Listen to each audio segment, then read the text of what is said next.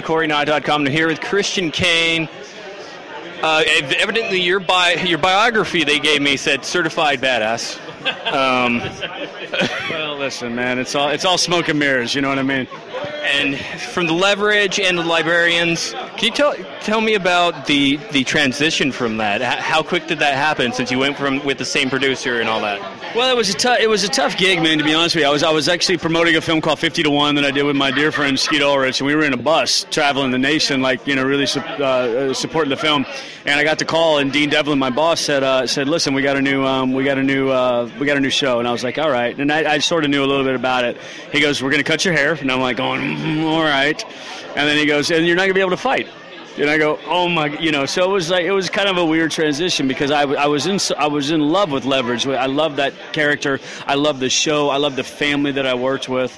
And so to transition over to another family, you have to do it. But for some reason, I'm one of those guys that keeps a hold of what's dear to him. And, Timothy Hutton and Gina Bellman and Aldous Hodge and Beth Reescraft, those are all my family. So to go to another family was going to be a tough move.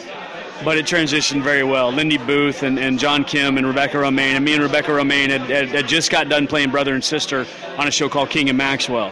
So we knew each other. We had just worked together, and now we're working together again. So it was a fun thing. And, of course, Noah Wiley at the helm, who kicked it off and really broke down all the doors and stuff like that and paved the road with the Librarian, the movies. 10 years he did three movies. It was a great position to be in, and it's always such a great call to receive when your boss says, "Hey, we want you for a role like this," and we want you to do it. And they wrote it. John Rogers wrote it for me, and I'm very fortunate. I'm just lucky. It's like winning the lottery 5 times for me now, so I'm just happy.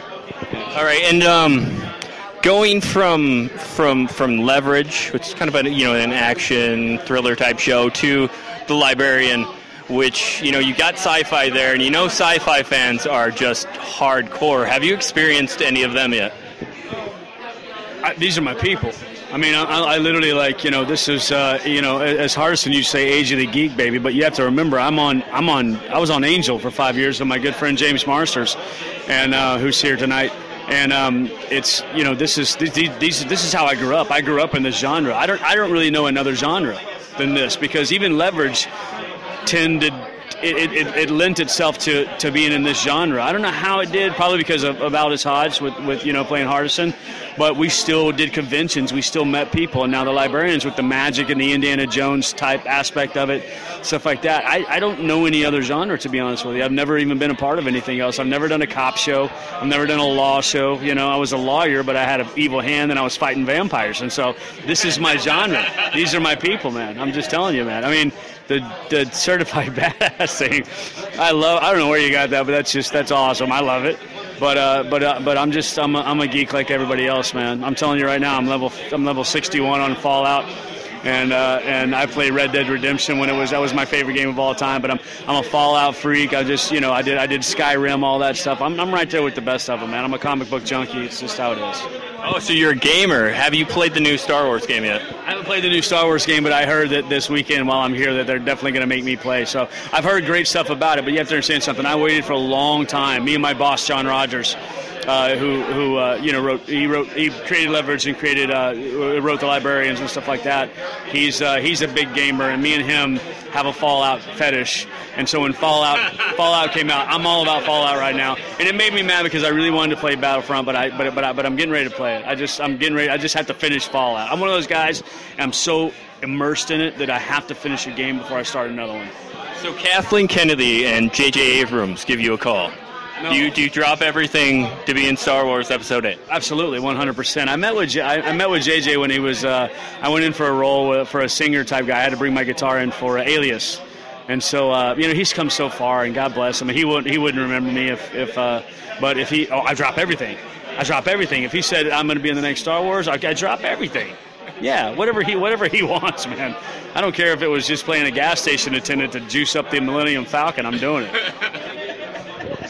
you've had a lot of experience. You've worked on a lot of different shows. You played young Robert Duvall. I did. Did you get to meet Mr. Duvall? Oh, I worked very closely with Robert. You know, and this is something this is actually a good thing to bring up. I did Secondhand Lions, which is the movie, and I played him as a younger guy. So it was two movies going on at the same time. It was 1960 and 1914, and I played the younger Robert Duvall. And I remember this. We went to the premiere of the movie, and I'd hung out with Robert, and we talked about barbecue. He's such a great guy. And then he left because now we start filming my side of the film. So he was already gone when we filmed all this stuff. And I remember walking up to him and talking to him at the premiere, and he was talking with another gentleman, and I said, and I just reached over and finally I just said, Bobby, I wanted to say thank you for the opportunity to play you.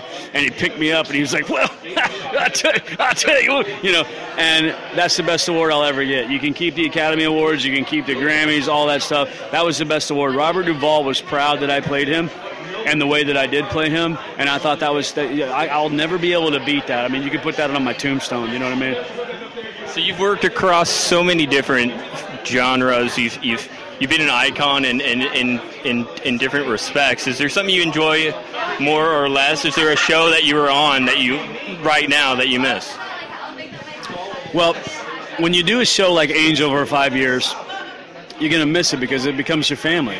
And when you definitely do a show like Leverage, I miss that show every day. I mean, that was my family. We were placed here in Portland. Nothing was filming in Portland, only us at the time. Portlandia wasn't here. Grimm wasn't here. And so I miss that. If you do a role that you love, you're always going to miss it. When The Librarians is over with, I'll miss The Librarians. But it's just, there's other roles that I've done that I don't miss at all. I'm glad they're gone. But these things are just, this is, you always miss it. And of course, there's always going to be a special place in my heart for Elliot Spencer on Leverage, just because when you come to Los Angeles, you want to do some different things. You want to play Robert Duvall. I get to be Indiana Jones now, but that guy was like Jason Bourne and Jean Reno's The Professional all rolled into one, and I just love that role, and I put so much work, and, you know, 13, 10, freaking, you know, I got stitched up a lot on that show from doing my own fights. I got sent to the hospital like twice a year, and there's something to be said about that, you know what I mean? Like, the scars on my face actually remind me of what a great time that was in my life. So do you have anything currently in development that you want people to know about? I just did a film called Terror of Halloween with the great Todd Tucker, who directed. He did Jim Caviezel's like life-size body on the cross. It's in his studio, and it's really disturbing. It breathes and it does all that, and then he picked up the Benjamin Button baby and showed me he does animatronics, and we've gone so far away from it now that we're just doing all CGI. And so to work with somebody like that and have a movie that's going to be scary, but still, you know, it's animatronics. It's actually you're looking at the real thing. You're acting with the real thing, and I think I'm gonna be pretty proud of that. And then I just did a Christmas film with Michael Landon Jr., Michael Landon's son, and that's a good thing with the very talented Marley Shelton, who's been a dear friend of mine for years. That's a feel-good film, and I get to play a good guy. So I love playing the bad guy, but I get to play a good guy in this situation. And then I'm doing another film in Sacramento coming up called Junkie, which is based on a true story. And I'm excited about that. But we go back in April to do the third season of The Librarians, and so the Lord has blessed me, man. I'm very fortunate, you know. I mean, for the little 14-year-old kid that got down on his hands and knees and prayed that all this stuff was happening to him. I mean, don't make no mistake. I still run with the devil just a little bit, but I'm having the time of my life, man. I've been blessed, and so it's really nice.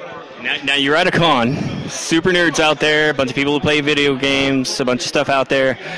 Is there anything particular that you love, that you enjoy, like Star Wars or Star Trek or comic books or anything like that? Well, I'm a Star Trek fan just because, I mean, Jonathan Frakes directs a lot of our episodes and has on Leverage, and this year he'll be a consultant, and when he's directing, it's unbelievable. That's number one for most people that don't know that. Jonathan Frakes, Lieutenant Riker.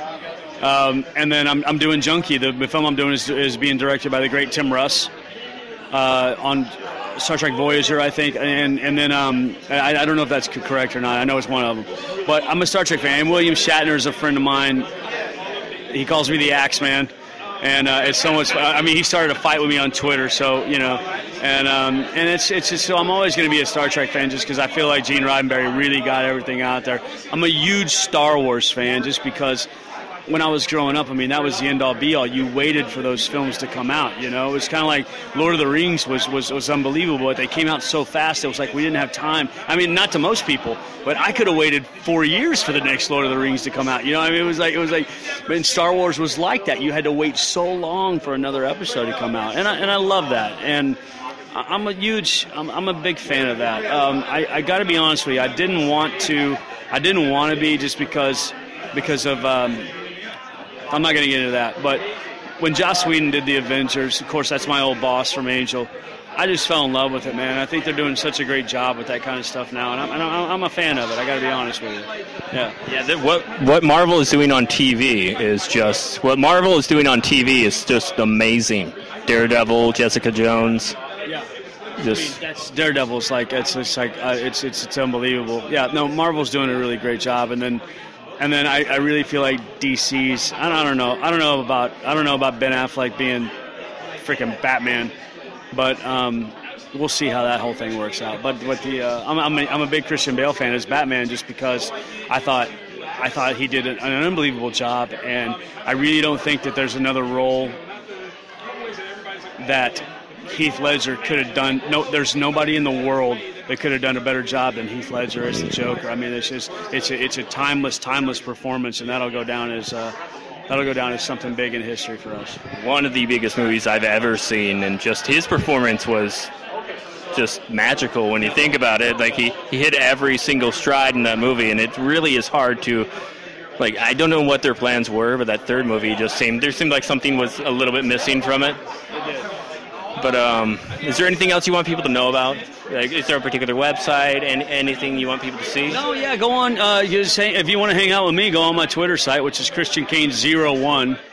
At ChristianKane01. I tweet about the show and stuff like that, and I tweet about stuff. I don't tell people that I'm on the corner eating a hot dog or this yogurt place is the best I've ever seen, or check out my cat. You know what I mean? Yeah, not to take anything away from Will Wheaton, but who's a dear friend of mine. We play Chaos on Leverage. But I just like. But if you want to know what's going on with me, that's where I keep it. I don't tweet a lot, but I love to keep people informed of what's going on. I tweet the important stuff. Yeah. Well, I tweet about my cat every single day. Listen, there's nothing wrong with that. When I had two cats for a while, they were feral cats, and I loved them to death. I just had they're not there anymore, and but still, I mean, I understand. Yeah. Well, thank you so much for your time, man. Really appreciate it. I appreciate it. And can't wait for the third season of Librarians. Man, I can't wait either, man. It's going to be a good time. I appreciate you guys' time. Thank you.